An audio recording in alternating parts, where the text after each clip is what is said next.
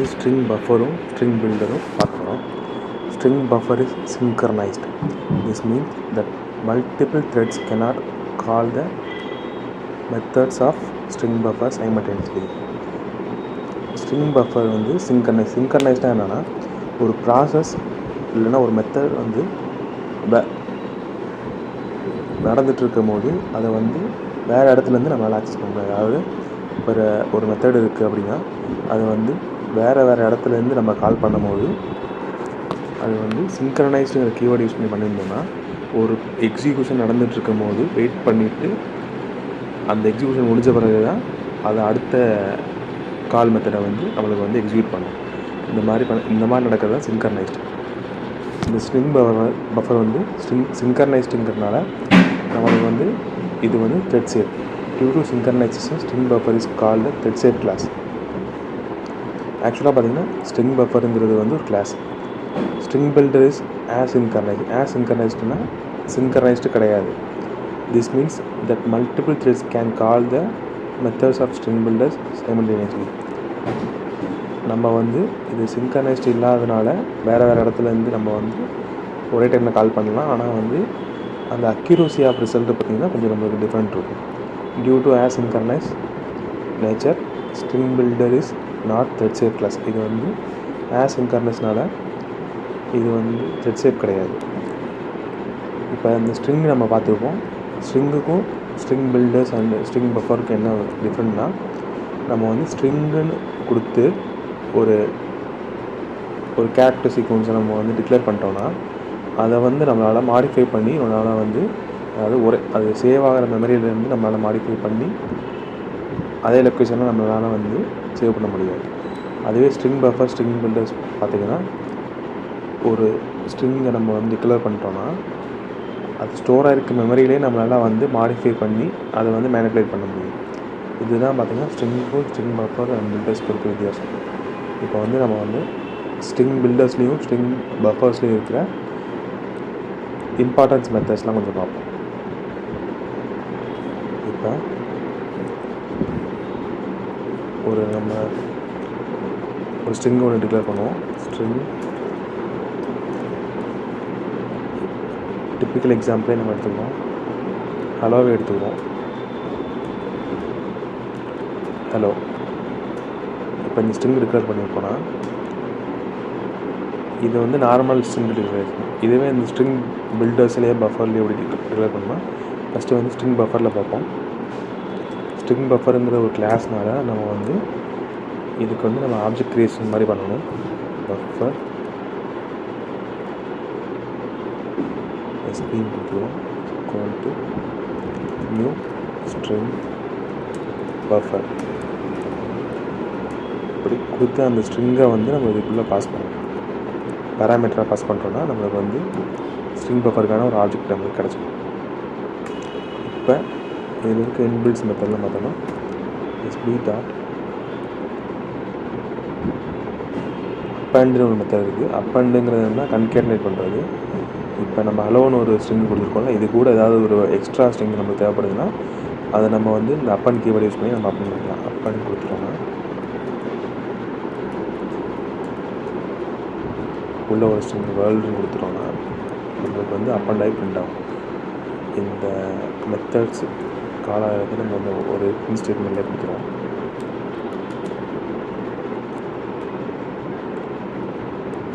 இப்படி கொடுத்துட்டோம்னா நம்மளுக்கு வந்து ஹலோ ப்ளஸ்ஸு வேர்ல்டுங்கிற அந்த ஸ்ட்ரிங்கும் அப்பண்ட் ஆகி நம்மளுக்கு வந்து அதாவது கன்கேட்டினேட் ஆகி ஹலோ வேர்ல்டுங்கிற அவுட்புட் நம்மளுக்கு கிடைக்கும். இப்போ வந்து ரன் பண்ணியிருப்போம். இப்போ இங்கே ஹலோ வேர்ல்டுங்கிறது வந்துடுச்சு. அதே மாதிரி அடுத்து என்ன மெத்தட் இருக்குன்னா, ஸ்ட்ரிங்கில் இருக்க மெத்தட்ஸும் இருக்குது, அது இல்லாமல் எக்ஸ்ட்ரா மெத்தட்ஸ் இருக்குது. இப்போ கொஞ்சம் ஸ்ட்ரிங்கில் இருக்க மெத்தடை ஃபஸ்ட்டு பார்ப்போம். ஆல்ரெடி ஸ்ட்ரிங்கில் பார்த்த மெத்தட்ஸு இதில் எப்படி ஒர்க் ஆகுதுன்னு பார்ப்போம். எஸ்பி டாட் ரிவர்ஸுங்கிற ஒரு மெத்தட் இருக்குது. அந்த ரிவர்ஸுங்கிற மெத்தட் எப்படி ஒர்க் ஆகுது பார்ப்போம். பிரிண்ட் ஸ்டேட்மெண்ட்லேயே கொடுத்து போவோம். சிஸ் அவுட் கொடுத்து இப்போ வந்து எஸ்பி டாட் ரிவர்ஸ்ன்னு கொடுத்துட்டோன்னா அந்த ஹோல் ஸ்ட்ரிங்கு நம்மளுக்கு வந்து ரிவர்ஸ் ஆகி பிரிண்ட் ஆகும். இதை வந்து இப்போ ரன் பண்ணோன்னா நம்மளுக்கு வந்து இந்த ஹலோ வேர்ல்டுங்கிற ஸ்ட்ரிங் வந்து ரிவர்ஸ் ஆகி பிரிண்ட் ஆயிடுச்சு. அதே மாதிரி ரீப்ளேஸ் மெத்தடு ஸ்ட்ரிங்கில் பார்த்த மாதிரியே இதுலேயும் கேரட் மெத்தடு இருக்குது. அதுக்கு முன்னாடி இந்த 2 மெத்தட்ஸையும் நம்ம வந்து கமெண்ட் பண்ணிடலாம். ஸ்டேட்மெண்ட்குள்ளே கொடுத்து பார்ப்போம். எஸ்பி டாட் கேரட் இண்டெக்ஸை கொடுத்தோன்னா எந்த நெட்ஒர்க் இந்த 0 இண்டெக்ஸில் என்ன இருக்குதுன்னு பார்த்தோன்னா ஹச் தான் இருக்குது. ஹச்சுன்னு இந்த கேரக்டர் நம்ம கொடுத்துருவோம். அதே மாதிரி 4ல் என்ன இருக்குன்னு பார்ப்போம். ரன் பண்ணோன்னா ஓங்கிற வேல்யூ கிடைக்கும். அதே மாதிரி இண்டெக்ஸ் ஆஃப் மெத்தட் இருக்குது ஸ்ட்ரிங்கில் இருக்க மாதிரியே.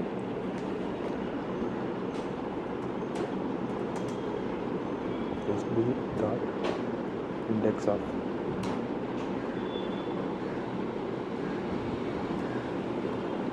எந்த கேரக்டரோட இண்டெக்ஸ் வேணும் அதை கொடுக்கும். அதாவது ஸ்ட்ரிங் பஃபர்னால டபுள் கோட்ஸ் கொடுக்குறோம். ஈயோட இண்டெக்ஸ் கேட்டோன்னா 1ங்கிற வேல்யூவை ரிட்டர்ன் பண்ணும். இப்போ நம்ம பார்த்தோன்னா 1ங்கிற வேல்யூ வந்துடுச்சு, அவுட்புட்டில் வந்துடுச்சு. அதே மாதிரி சப்ஸ்ட்ரிங் மெத்தடு இருக்குது. எஸ்பி டாட் சப்ஸ்ட்ரிங்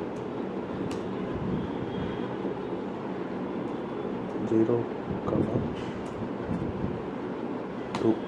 n-1 வரைக்கும் எடுத்து கொடுப்போம். 0,1 ஹெச்ங்கிற வேல்யூ நமக்கு ரிட்டர்ன் ஆகும். சேம் சப்சீக்வன்ஸும் சேம் தான். சப்ஸ்ட்ரிங் பதிலாக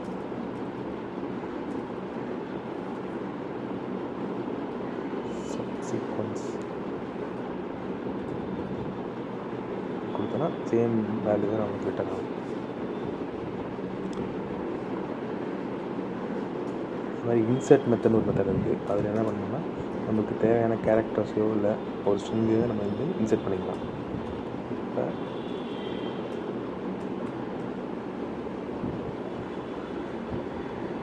கேரக்டர்ஸ் 4th பொசிஷனில் வந்து 2 பொசிஷனில் போய் நம்ம புதுசாக ஒரு கேரக்டர் கொடுத்து பார்ப்போம். சி கொடுத்தோன்னா ஹலோ சிங்கிறது நமக்கு வரும். ரன் பண்ணிட்டுருக்கோம். ஹலோ 0 1 2 3 4 4th பொசிஷனில் ஒரு வேல்யூ இருக்கனால அதை ரீப்ளேஸ் பண்ணி அங்கே வந்து இது உட்காந்து அந்த ஓவை மாற்றிடுச்சு. ஆக்சுவலாக 5th பொசிஷனில் நம்ம கொடுத்துருக்கோம். 5th கொடுத்தோன்னா 5th பொசிஷனில் அதாவது இந்த இடத்துல சி வந்து ஆட் ஆகும். சரி, பையே கொடுத்துருவோம்.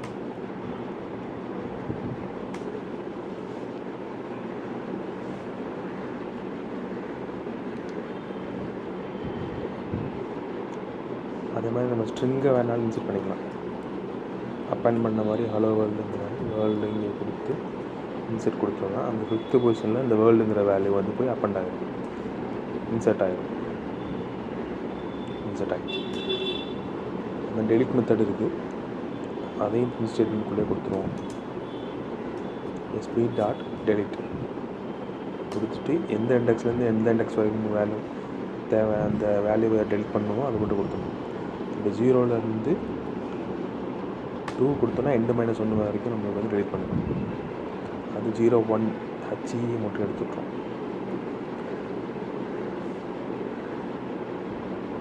எடுத்துச்சு இந்த வேர்ல்டு அப்பன் ஆகிறதுனால இது வந்து ஃபுல் ஸ்ட்ரிங் நமக்கு கிடைக்குது.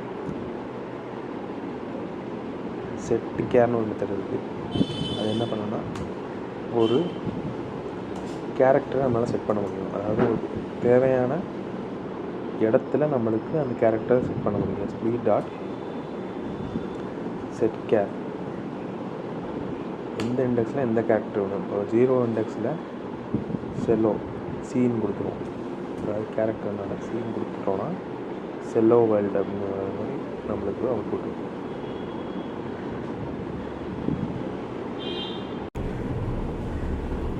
இப்போ செட் கேர் மெத்தட் என்ன பண்ணுங்கன்னா, எரர் வந்துச்சுன்னா இப்போ கிளியர் பண்ணிட்டு ஃபஸ்ட்டில் வந்து ஒரு பார்த்துருவோம். எஸ்பி டாட் செட் கேர் எந்த பொசிஷனில் நம்மளுக்கு எந்த கேரக்டர் சேஞ்ச் பண்ணணுமோ அதை மட்டும் கொடுத்துருவோம்னா 0th பொசிஷனில் சீன் மட்டும் மாற்றிடுவோம். அப்படின்னா அந்த ஆப்ஜெக்டே நம்ம பிரிண்ட் பண்ணாவோம். அதனால தான் அது எரர் ஷோ பண்ணிட்டு இருந்திருக்கு. டேரெக்டாக அந்த ஆப்ஜெக்டே கொடுத்துரும்.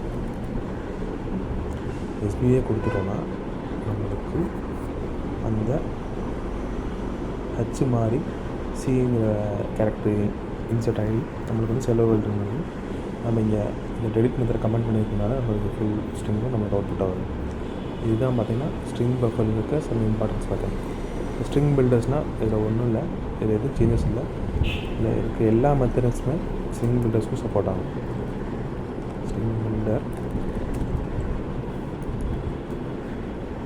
ஏன் நம்ம ஸ்ட்ரிங் பில்டர்ஸ் விட ஸ்ட்ரிங் பஃபர்ஸ் அதிகம் யூஸ் பண்ணுவோம்னா, ஸ்ட்ரிங் பஃபர்ஸ் பார்த்திங்கன்னா த்ரெட் சேவ். அதனால் வந்து ஸ்ட்ரிங் பில்டர்ஸ்க்கு பதிலாக ஸ்ட்ரிங் பஃபர்ஸை அதை நம்ம அதிகமாக யூஸ் பண்ணுவோம்.